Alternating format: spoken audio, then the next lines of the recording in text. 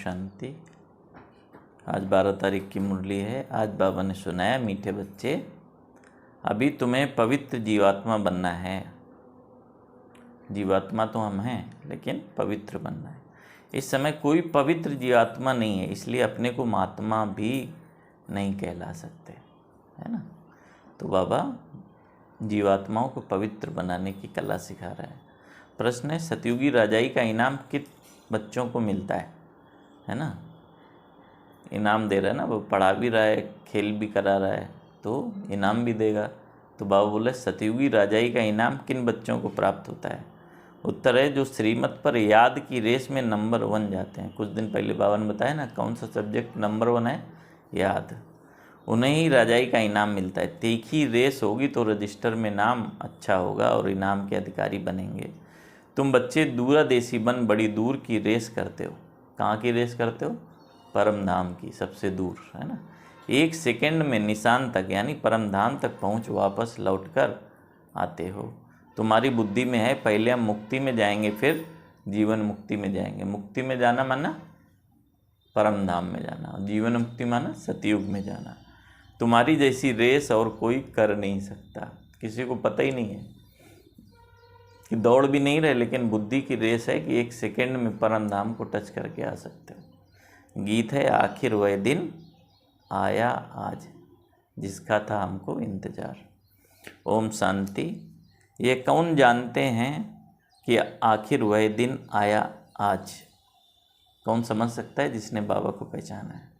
बच्चे जानते हैं आखिर वह दिन आया है आज जो हम बाप के सम्मुख हैं।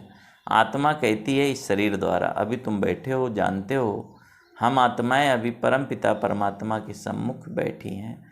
बरोबर 5000 वर्ष पहले भी हम आत्माएं यानी जीव की आत्माएं परमात्मा से सम्मुख मिली थीं। आत्मा कहती है मेरा ये शरीर है, शरीर नहीं कहेगा मेरी यह आत्मा है। आत्मा कह सकती है, शरीर तो जड़ है, शरीर कैसे बोलेगा। तो आत्मा कह सकती है मेरा शरीर है, शरीर नहीं कहेगा मेरी ये आत्मा है। हम आत्माओं का बाप आखिर आज आया है, आना भी है जरूर। भक्ति के बाद ज्ञान देने, ज्ञान से सद्गत करने के लिए आया है। यह सारी दुनिया नहीं जानती, सारी दुनिया के सम्मुख हो भी नहीं सकेंगे, है ना। सारी दुनिया के सम्मुख भगवान कैसे हो सकता है ना। जगह भी चाहिए, है ना, मन की वैसी स्थिति भी चाहिए, बुद्धि भी स्वच्छ चाहिए, है ना। क्योंकि इसीलिए बाबा ने बोला सारी दुनिया के सम्मुख भी नहीं आ सकेंगे।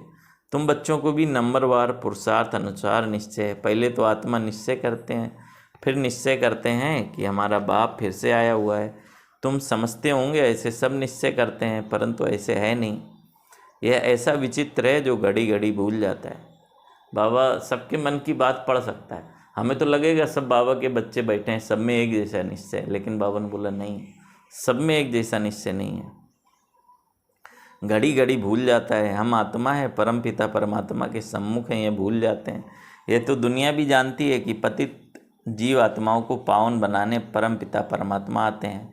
जीव आत्माएं आत्माओं को पवित्र बनाने नहीं आती, वो बना ही नहीं सकती, है ना। सभी जीव आत्माएं हैं, परम पिता परमात्मा एक ही है, उनको जीव नहीं कहेंगे क्योंकि उनको अपना स्थूल और सूक्ष्म शरीर नहीं है। यह बाप बैठ समझाते हैं, तुम जो भी नामधारी देखते हो, ब्रह्मा विष्णु शंकर का चित्र देखते हो, वे सूक्ष्म तन में रहते हैं, वह भी सूक्ष्म जीव आत्मा ठहरे। यह बड़ी समझने की बातें हैं। मनुष्य तो भल कहते हैं कि फलाना महात्मा है, परंतु पतित दुनिया में महात्मा आ कहाँ से सकते हैं। यहाँ कोई सुप्रीम पावन हो न सके। हाँ, वह सुप्रीम बाप पावन बनाकर गए हैं। सतयुग आदि में देवी देवता थे, ये तो जरूर समझेंगे कि वह पवित्र आत्माएं थीं। अभी पतित जीव आत्माएं हैं, पावन जीव आत्माएं भी थी। बरोबर सतयुग आदि से सृष्टि पर पवित्र जीव आत्माएं थीं, उन्हों को महान आत्मा कहेंगे। बाप समझाते हैं कि पतित दुनिया में कोई भी महान आत्मा भी नहीं हो सकते। सब पतित जीवात्माएं हैं। पतित जीवात्मा जरूर औरों को भी पतित ही बनाएंगी। वहाँ है पवित्र जीवात्माएं, कहाँ? सतयुग में। तो क्या करेंगे?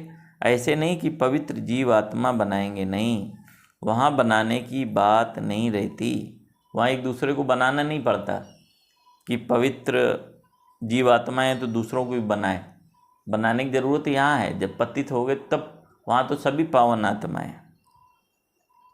इतना पावन बनाने वाला कौन है? बाप बैठ समझाते हैं, जब तुम देवी देवता थे तो पावन थे, यहाँ आकर पतित बने हो, ये है ही पाप जीवात्माओं की दुनिया।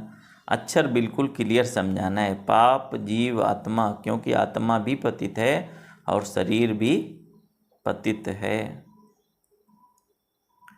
बावन बोला क्लियर समझाना है। वहाँ फिर महात्मा अक्षर नहीं देते, वहाँ तो है ही सब पवित्र, कहते ही हैं देवी देवता। सर्वगुण संपन्न, 16 कला, संपूर्ण अहिंसा, परमो धर्म। तो संपूर्ण निर्विकारी माना संपूर्ण पवित्र। तुम बच्चों को समझाया जाता है कि सन्यासी पवित्र रहने के लिए पुरुषार्थ करते हैं। अच्छे अच्छे सन्यासी पवित्र रहते हैं, जिनको फिर महात्मा कहा जाता है। पवित्र रहने के लिए अलग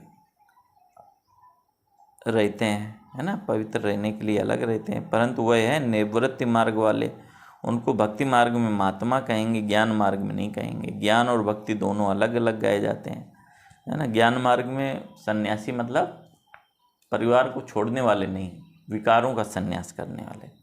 आधा कल्प सतयुग त्रेता में ज्ञान की प्रारब्ध है, यहाँ फिर भक्ति की प्रारब्ध कहेंगे। यह है भक्ति मार्ग। पहले भक्ति भी अव्यभिचारी होती है, फिर अंत में तमो प्रधान व्यभिचारी भक्ति होती है। अव्यभिचारी में भक्ति माने केवल एक की याद होती है, फिर जैसे समय बीतता जाता है, फिर पहले शिव की पूजा शुरू होती है, फिर देवी देवताओं की, फिर मनुष्यों की पूजा शुरू हो जाती, प्रकृति की भी। तो क्या हो गई? ये व्यभिचारी हो गई। अभी व्यभिचारी भक्ति का अंत होना है, तब बाप आए हैं। बाप एक ही बार आकर ज्ञान से आधा कल्प के लिए तुम्हारी प्रारब्ध बनाते हैं। तुम नंबर 1 पुरुषार्थ करते हो। कोई तो राजा रानी बनते हैं, कोई फिर प्रजा व दास दासी बन जाते हैं, क्योंकि राजधानी स्थापन हो रही, क्योंकि राजधानी में राजा भी चाहिए तो प्रजा भी चाहिए। तुम अब दूरादेशी बनते हो। दूरादेशी बुद्धि को त्रिकालदर्शी कहा जाता है। जिन्हें तीनों लोकों, तीनों कालों का ज्ञान है, उन्हें त्रिकालदर्शी कहा जाता है। दूरादेशी कौन बन सकता है? जिसको तीनों कालों का ज्ञान हो, है ना, तीनों लोकों का ज्ञान हो, कि अभी हम साकार लोक में हैं, फिर सूक्ष्म वतन है, उसके ऊपर परम धाम है ना। तो जब त्रिकालदर्शी बने तभी उसको दूरादेशी कहा जा सकता है। तुम अब तीनों लोकों को जानते हो, मूल वतन, सूक्ष्म वतन, स्थूल वतन, 3 लोक हुए, तो तुम दूरादेशी बन गए। तुम्हारी बुद्धि आदि से अंत तक जाती है, नंबरवार पुरुषार्थ अनुसार। कोई कमज़ोर होते हैं जो रेस में पीछे रह जाते हैं। ये तो बहुत बड़ी दूरादेशी रेस है। आत्माओं की रेस कभी सुनी नहीं होगी, है ना। दुनिया में मनुष्यों की रेस तो सुनते हैं, लेकिन आत्माओं की रेस कैसे होती है? कैसे होती है? याद की रेस। कौन कितनी जल्दी परम धाम पहुंच सकता है। तो बावन बोला आत्माओं की रेस कभी नहीं सुनी होगी। तुम आत्माएं जानती हो, हम स्टूडेंट हैं, हमारी ये रेस है, फलाने निशान तक पहुंचकर फिर लौटना है। तुम आत्माओं की ये बहुत दूर की रेस है, बुद्धि जानती है। हम वास्तव में वहाँ के रहने वाले हैं। 1 सेकेंड में हम वहाँ पहुँच जाएंगे, जीवन मुक्त बन जाएंगे। हम असूल परम धाम के निवासी हैं। यथार्थ रीत बुद्धि जानती है कि हम परम धाम जाएंगे, फिर आएंगे। कहाँ पे आएंगे? सतयुग में, स्वर्ग में। जैसे रेस में निशान तक पहुंचकर लौट आते हैं, हम भी बाबा के पास जाएंगे, फिर वापस आएंगे। अब आत्माएं रेस सीख रही हैं। तुम सबको कहते हो मन मना भव, बुद्धि का योग अपने बाप और परम धाम से रखो, जहाँ तुम अशरीरी रहते हो। यह सिर्फ तुम्हारी बुद्धि में ही है यथार्थ रीति। तीनों कालों, तीनों लोकों की नॉलेज तुम्हारी बुद्धि में है। 84 जन्मों का ज्ञान कोई में हो नहीं सकता। तुम जानते हो हमको इस छींची दुनिया से, छींची शरीर से मुक्त होकर जाना है। हम जा रहे हैं। बाप रोज़ यह रेस सिखलाते हैं, है ना। कोई भी मुरली ऐसी नहीं होगी जिसमें बाबा याद की यात्रा, है ना, परम धाम का ज्ञान नहीं देता हो। तो बाबा कहते हैं रोज़ बाबा रेस सिखलाते हैं। तुम्हारी रेस अविनाशी है ना। जो हम रेस कर रहे हैं वो उसका फल हमें ज़रूर मिलेगा, बेकार नहीं जा सकती। बाप को जितना जास्ती याद करेंगे उतना तुम्हारा रजिस्टर में नाम अच्छा रहेगा। कौन से रजिस्टर में? बाबा के रजिस्टर में, ब्राह्मण परिवार के रजिस्टर में। कहेंगे इनकी बुद्धि की यात्रा बहुत तीखी है, याद से ही विकर्म विनाश होंगे। याद नहीं करते तो विकर्म विनाश ना होने के कारण पिछाड़ी में रह जाते हैं। प्रजा व दास दासी बनना ये कोई प्राइज नहीं है। बाबा तो क्या सिखाते हैं? राजयोग। लेकिन बाबा ने एक मुरली में बताया कि राजयोग के साथ इसमें प्रजा योग भी शामिल है ना। अपने आप ही बन जाते हैं। बाबा तो सबको राजा बनाना चाहता है, नर से नारायण, नारी से लक्ष्मी बनना, इसको इनाम कहा जाता है। बाप राजाई का इनाम देते हैं। अगर उनकी मत पर चल दौड़ी लगाई तो कोई तो 2 कदम भी दौड़ी नहीं लगाते हैं। अगर प्रजा वाले होंगे तो बिल्कुल कम दर्जा पा लेंगे। यहाँ रहने वाले भी होंगे तो भी राजाई में बहुत कम पाएंगे। तुम्हारी कितनी विशाल बुद्धि हो गई है। अब बाबा के सामने अलग अलग जगह के बच्चे बैठे हैं। उनको देख के बाबा कह रहे हैं, बाबा बेंगलोर मद्रास के बच्चे बैठे हैं, उन्हों को फिर मद्रासी भाषा में कोई बैठ समझाए। हमारी भाषा तो हिंदी है। कल पहले भी ऐसे समझाया होगा। कहेंगे भगवान सब भाषाएं क्यों नहीं जानते, परंतु ड्रामा में है नहीं, है ना। कई दूसरी भाषा वाले सोचते हैं कि हमारी भाषा में सुनाए बाबा मुरली, तो बाबा बोलते हैं कि ड्रामा में नहीं है, क्योंकि ये हिंदी सतयुग की भाषा है। ड्रामा में होता तो मैं सब भाषाओं में भाषण करता। समझो भिन्न भिन्न भाषाओं वाले बैठे हों तो क्या हम सब भाषाओं में बैठ बोलूँगा क्या।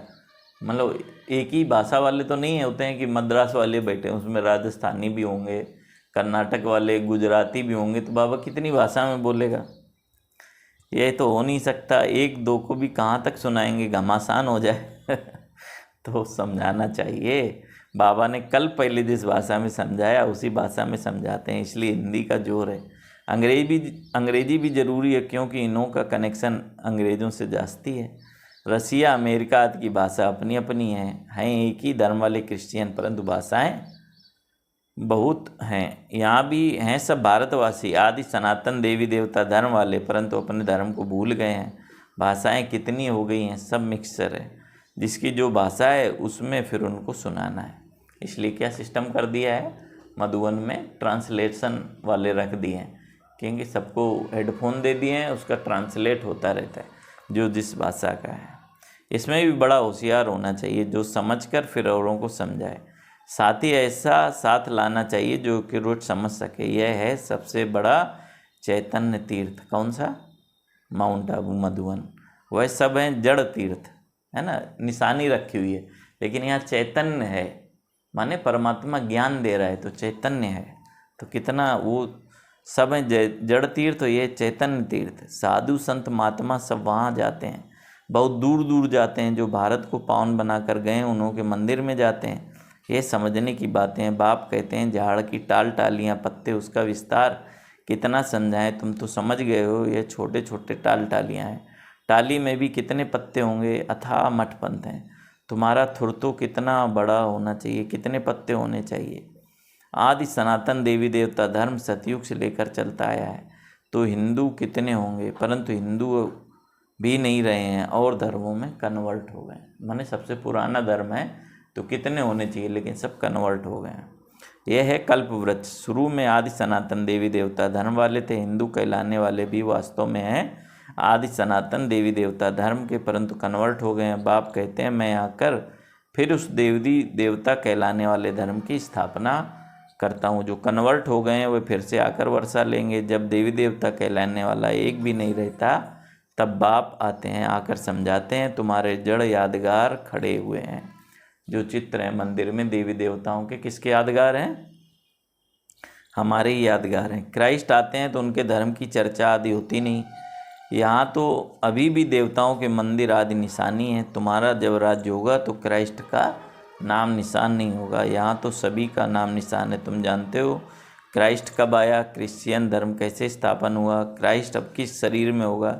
जरूर पतित शरीर में होगा, है ना, क्योंकि आत्मा वापस नहीं जा सकती, दूसरा चोला लेती है। तो बाबा ने बोला कि अभी भी क्राइस्ट की आत्मा कैसे होगी? पतित शरीर में होगी। बाबा ने बोला खुद तो पावन था ना।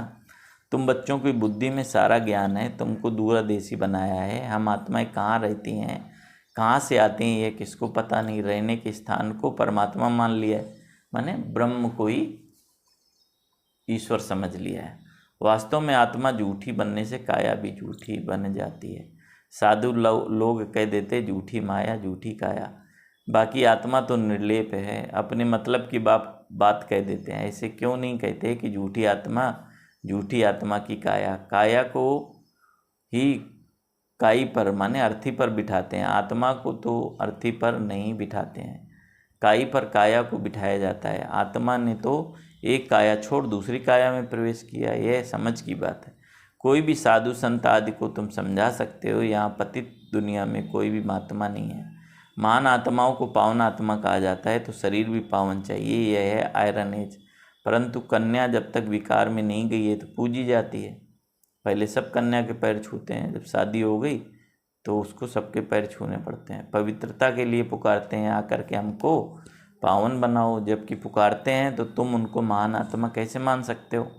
महात्मा तो कोई है ही नहीं, ये है विचित्र परम पिता परमात्मा। तुम जानते हो हम जो पावन जीव आत्माएं देवी देवता थीं अभी पतित बनी हुई हैं, धर्म भ्रष्ट हैं। क्रिश्चियन लोग अपने धर्म को जानते हैं, झट कहेंगे हम क्रिश्चियन हैं। तुम ऊंच ऊंच धर्म वाले अपने धर्म को भूल गए हो। हमारा धर्म क्या है? हम अपने को हिंदू कहने लगते हैं, लेकिन हमारा धर्म क्या है? आदि सनातन देवी देवता धर्म। भूल जाने से धर्म भ्रष्ट कर्म भ्रष्ट पड़े हो। तुम श्रेष्ठाचारी थे, अब रावण ने भ्रष्टाचारी बना दिया है, ये अर्थ भी तुम समझ सकते हो। तुम बच्चे अभी अपनी भविष्य ऊंच तकदीर बनाने के लिए धारणा कर रहे हो।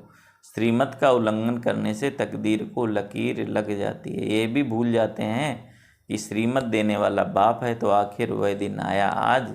ये तुम जानते हो, सभी एक्यूरेट नहीं जानते, अंत में जानेंगे जब पूरे समझ जाएंगे। अभी तो घड़ी घड़ी भूल जाते हैं। मुश्किल कोई सच बतलाते हैं, झूठ बोलने में देरी नहीं करते। माया अच्छे अच्छे रुस्तम बच्चों को भी थप्पड़ लगा देती है। बाप तो सब जानते हैं, बतलाते हैं कि तुम भूल करते हो, बड़ी डिसर्विस करते हो। अच्छा, मीठे मीठे सिखलदे बच्चों प्रति माता पिता बाप दादा का याद प्यार और गुड मॉर्निंग। रूहानी बाप की रूहानी बच्चों को नमस्ते। हम रूहानी बच्चों की रूहानी बाप दादा को याद प्यार गुड मॉर्निंग, नमस्ते बाबा, नमस्ते, शुक्रिया बाबा, शुक्रिया। धारणा के लिए मुख्य सार है, क्या बताया आज बाबा ने? विशेष कि दूरादेशी बन तीनों लोकों और तीनों कालों को जान बुद्धि से रेस करनी है। इस छीछी दुनिया छीछी शरीर से मुक्त होना है। दूसरा है झूठ बोलने की आदत को मिटाना है। श्रीमत का उल्लंघन कर डिसर्विस नहीं करनी। आज की मुरली से वरदान है, लौकिक वृत्ति दृष्टि का परिवर्तन कर अलौकिकता का अनुभव करने वाले ज्ञानी तू आत्मा भव। फिर से सुनेंगे, लौकिक वृत्ति दृष्टि का परिवर्तन कर अलौकिकता का अनुभव करने वाले ज्ञानी तू आत्मा भव। लौकिक संबंधों में रहते आदि के संबंध को न देख, आत्मा को देखो। आत्मा देखने से या तो खुशी होगी या रहम आएगा। यह आत्मा बेचारी परवश है, अज्ञान में है, अनजान है। मैं ज्ञानवान आत्मा हूँ, तो उस अनजान आत्मा पर रहम कर शुभ भावना से बदल कर दिखाऊंगी। अपनी वृत्ति और दृष्टि को बदलना ही अलौकिक जीवन है। जो काम अज्ञानी करते वह आप ज्ञानी तो आत्मा नहीं कर सकते। आपके संग का रंग उन्हें लगना चाहिए, है ना। बाबा ने कितनी अच्छी बात बताई, लौकिक वृत्ति दृष्टि को अलौकिक में बदल देना है। आज की मुरली से स्लोगन है कि अपने श्रेष्ठ कर्म से विश्व पिता का नाम बाला करना ही विश्व कल्याणकारी बनना है। अपने श्रेष्ठ कर्म से विश्व पिता का नाम बाला करना ही विश्व कल्याणकारी बनना है। अच्छा, ओम शांति, ओम शांति।